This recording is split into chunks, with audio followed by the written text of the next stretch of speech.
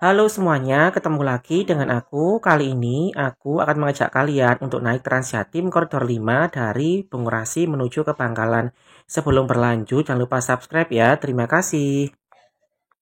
Hari ini tanggal 1 Oktober 2024 adalah hari kedua dari peluncuran Transjatim Koridor 5. Jadi ini adalah Transjatim Koridor baru yang dari arah Surabaya, dari arah Bungurasi menuju ke Bangkalan. Koridor 5 ini merupakan koridor kedua yang diluncurkan pada tahun 2024. Nah, untuk halte di Bungurasinya itu ternyata di dekatnya penurunan transit point ya. Di dekatnya penurunan transit point koridor 1. Jadi kalau kalian sering turun dari bus K1 ya yang di Bungurasi itu di sebelahnya ya. Jadi ini masih belum ada rambu-rambu, belum ada informasi yang jelas sehingga kata kondekturnya yang bertugas di sini itu kita harus menunggu di dekatnya penurunan dari K1 karena belum ada rambu-rambunya. Jadi kalau kalian mau naik itu silakan ke transit point, kemudian di dekatnya halte penurunan ya itu adalah tempatnya untuk naik Transjatim K5 ini. Agar tidak terlalu panjang, ini videonya aku bagi dua. Yang pertama adalah perjalanan dari arah Surabaya ya. Jadi akan aku beritahu halte-halte yang ada di Surabaya. Sedangkan pada video selanjutnya akan aku beritahu halte-halte yang ada di Bangkalan. Untuk halte-haltenya sendiri itu masih belum jelas. Jadi di aplikasi Transjatim atau aplikasi Mitra Darat itu memang sudah ada haltenya. Tapi ternyata di lapangan itu masih belum bisa untuk turun atau untuk naik. Nah, ada juga halte-halte itu yang di aplikasi itu belum ada, tapi ternyata sudah ada tanda palang bus stopnya. Jadi pihak Transjatimnya ini masih belum siap ternyata. Karena tak lihat di informasi berita itu sebenarnya peluncuran Transjatim ini 2 bulan setelah bulan ini atau sekitar bulan Desember ya. Jadi tak lihat itu di beritanya sekitar 2 bulan. Jadi karena ada entah karena ada sesuatu jadinya dimajukan di bulan Oktober awal ini. Tapi semoga saja meskipun masih belum banyak halte yang belum bisa digunakan untuk naik dan turun, tetapi bisa digunakan busnya ini untuk ke arah Bangkalan dan sebaliknya yang ke arah Surabaya. Kenapa? Karena dari penuturan mas-mas yang naik di depanku tadi itu ya, yang mas-mas baru naik tadi itu ternyata untuk naik ke arah Bangkalan itu kita harus mengerogoh kocek sekitar 30 ribuan. Nah, sementara Transjatim ini kan 5.000 dan sementara gratis 7 hari ke depan. Jadinya bisa menjadi alternatif bagi kalian kalau mau ke arah Bangkalan ya, mau ke arah Suramadu dan sebagainya. Setelah dari transit point di Bungurasi, kemudian busnya tetap di halte luar Bungurasi. Di situ merupakan juga transit dengan bus K1 baik yang ke arah Gresik maupun ke arah Porong atau Sidoarjo.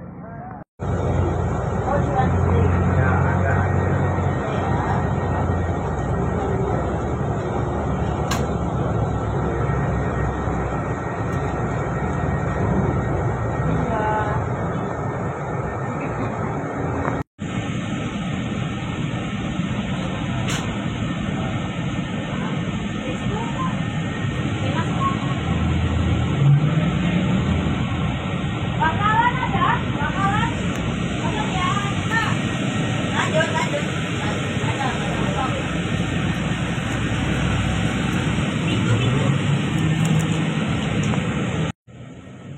Jadi ini tiketnya ya masih gratis selama 7 hari ke depan sampai tanggal 7 kalau nggak salah. Kalau kalian mau coba itu sebenarnya jangan pas weekend ya. Kalau pas weekend itu nanti bakalan rame seperti yang ke arah Lamongan. Jadi ini aku naiknya itu pas hari Selasa, pas nggak terlalu rame, biar bisa duduk kemudian melihat kondisi halte dan sebagainya.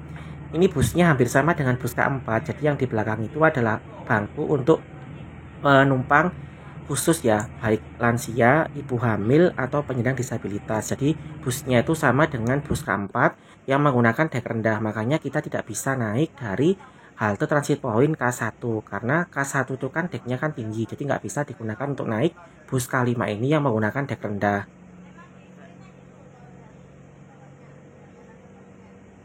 Nah, dari arah Bungurasi tadi habis dari transit dari halte luar Bungurasi itu langsung masuk tol ya.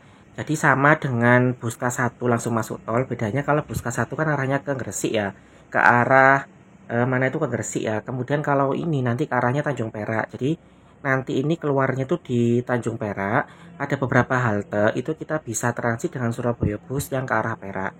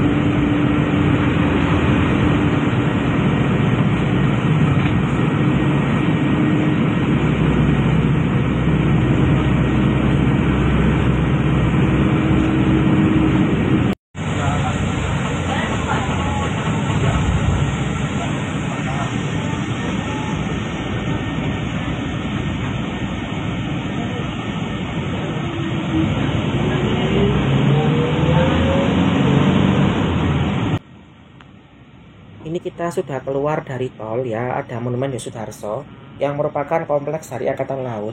Nah, di sini ada satu halte namanya Morokrembangan. Jadi kalau kalian mau ke sekitar sini ya, itu kalian bisa turun di halte Morokrembangan.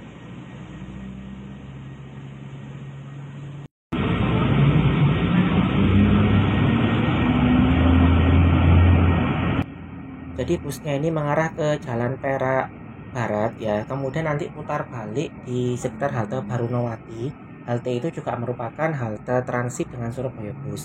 Jadi putar balik dari Perak Barat ke Perak Timur ya, kemudian nanti menuju ke arah Sidotopo ya, kemudian ke arah Kedung Cowe. Jadi seperti itu rutenya.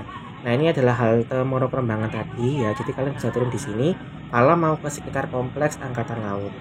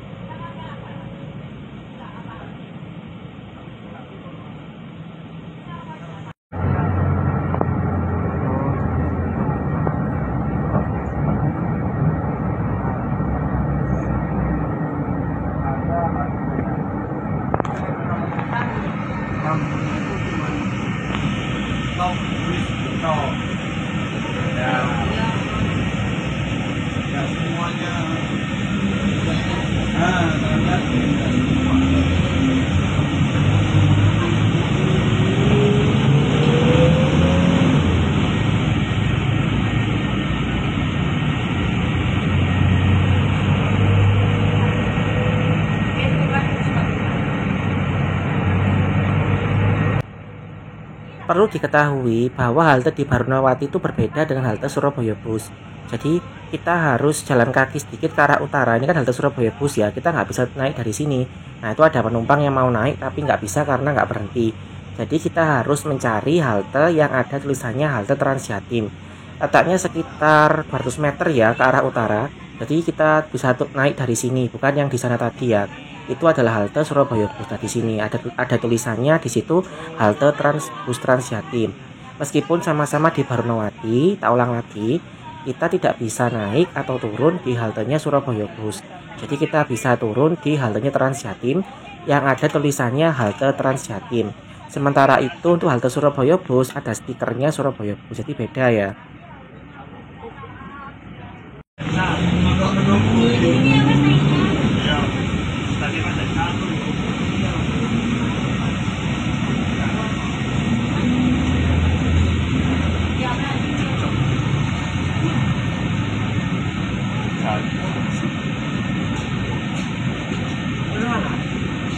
Tengah Bangkalan.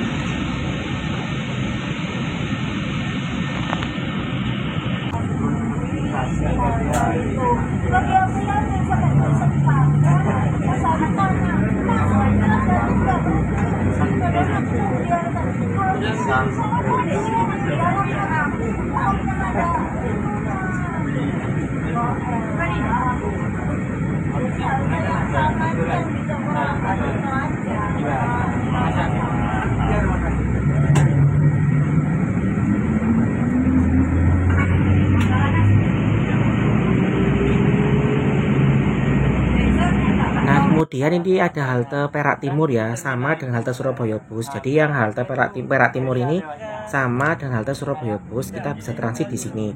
Kalau kalian misalkan dari arah Bungurasi itu nggak mau naik Surabaya Bus karena lama ya, berhenti, kalian bisa naik ini ya kalau mau ke arah Perak ya. Jadi naik Transjatim langsung masuk tol ya. Harganya sama Rp5.000. Ini hanya sebagai opsi ya.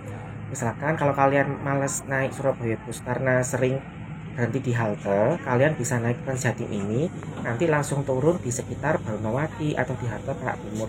Sama tiketnya Rp5.000 dan bisa tunai ya nanti kalau udah bayar.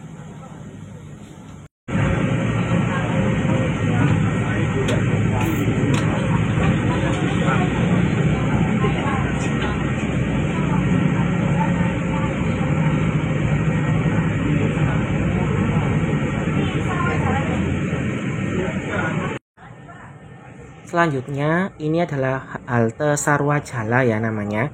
Itu di dekatnya Museum Jalas Viva Jalas Mahe, masih di dekatnya kompleks Angkatan Laut itu ya. Aku lupa namanya, yang ada patungnya itu pokoknya ya. Jadi kalau kalian mau ke museum itu bisa turun di sini. Nah untuk yang di daerah Ampel itu kalau nggak salah itu haltenya itu yang dari arah Bangkalan ya, yang dari arah Surabaya itu tak lihat itu nggak ada yang dekat ya. Jadi di Bangkalan, yang dari arah Bangkalan nanti akan aku upload di video yang selanjutnya. Itu ada beberapa halte yang dekat dengan sekitar kompleks Makam Sunan Ampel.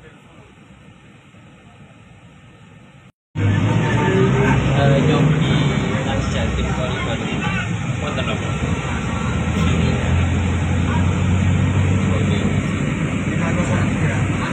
Sido rame.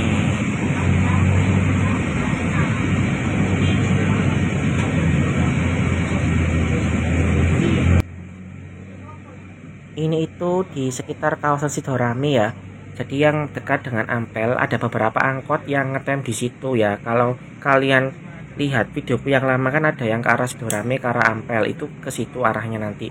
Tapi di sini nggak ada halte. Jadi yang paling dekat itu adalah halte di dekatnya Depo Lokomotif Kereta Api Sidotopo. Nah di sini ya. Jadi ini ada halte. Kalian bisa turun di sini.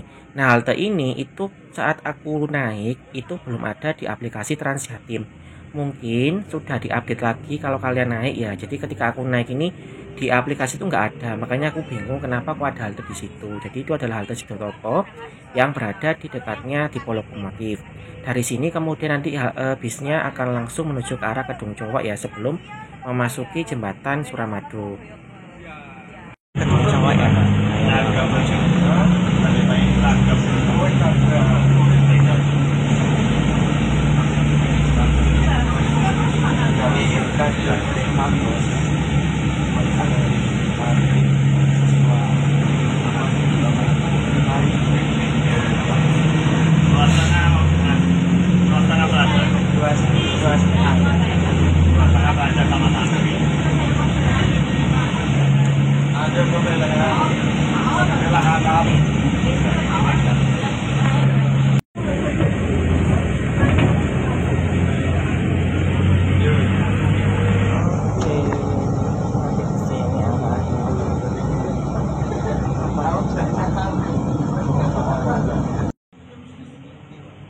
Untuk di Kedung Cowoknya sendiri itu haltenya kalau nggak salah di dekatnya jembatan penyeberangan orang yang berada di sekitar arah SMP Negeri 15 Surabaya.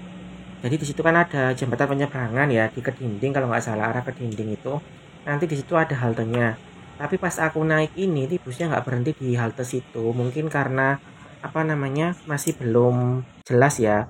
Nah jadinya pas arah sebaliknya nanti akan aku tunjukkan di mana halte Kedung Cowoknya.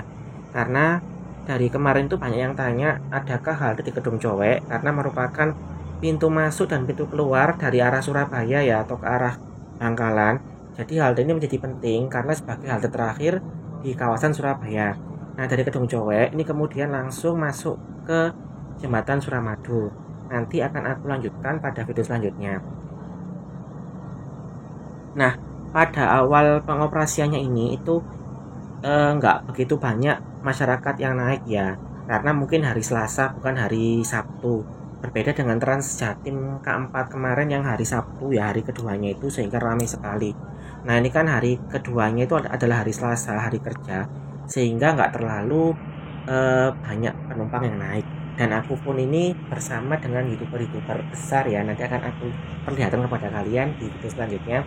Jadi mereka itu ternyata antusias sekali untuk meliput Trans Jatim K5 ini. Ada juga dari beberapa portal di IG ya yang besar-besar itu juga mencoba untuk naik Trans Jatim K5 ini.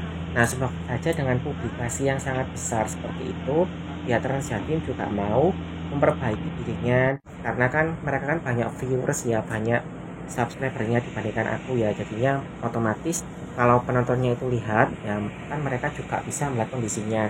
Kalau haltenya masih belum bagus atau nggak bisa turun, nggak bisa naik, kan juga kasihan ya, mereka udah effort untuk konten tapi ternyata masih belum maksimal. Jadi ini aku udah sampai di Jembatan Suramadu di bagian Surabaya Mas Yan. Nanti akan aku lanjutkan di bagian Bangkalan ya, biar nggak terlalu panjang. Jadi sekian dulu video dari aku. Kalau kalian mau mencoba naik, tak ulang lagi, silahkan kalian ke halte Transit Point Trans Jatim K1 yang di bagian penurunan penumpang. Di situ ada petugasnya, nanti silahkan tanya untuk naik Trans Jatim K5 ini. Oke, sekian dulu video dari aku. Sampai jumpa pada video selanjutnya. Terima kasih.